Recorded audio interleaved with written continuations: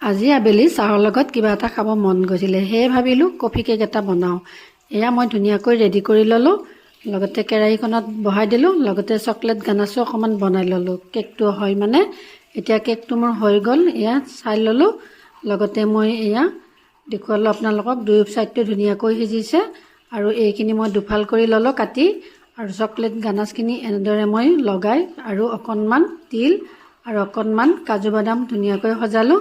এনেধৰণৰ চিম্পুলকৈ বনালে বা দেখিবলৈও ভাল লাগে আৰু খাবলৈও ভাল হয়। লগতে এয়া দোকানৰ পৰা ননাকৈ এয়া আবেলি চাহৰ লগত খালোঁ। আপোনালোকে এনেদৰে কৰিবচোন, কম বস্তুৰে বা সহজতে বনাব পাৰি।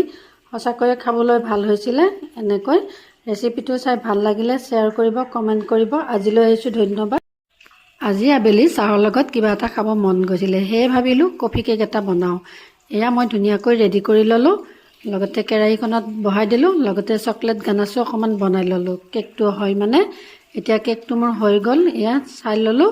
লগতে মই এয়া দেখুৱালোঁ আপোনালোকক, দুই চাইডটো ধুনীয়াকৈ সিজিছে আৰু এইখিনি মই দুফাল কৰি ল'লোঁ কাটি, আৰু চকলেট গানাছখিনি এনেদৰে মই লগাই আৰু অকণমান তিল আৰু অকণমান কাজু বাদাম ধুনীয়াকৈ সজালোঁ।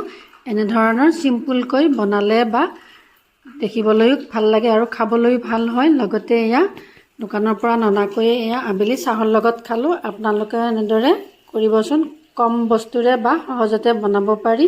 সঁচাকৈয়ে খাবলৈ ভাল হৈছিলে। এনেকৈ ৰেচিপিটো চাই ভাল লাগিলে শ্বেয়াৰ কৰিব, কমেণ্ট কৰিব। আজিলৈ আহিছোঁ, ধন্যবাদ।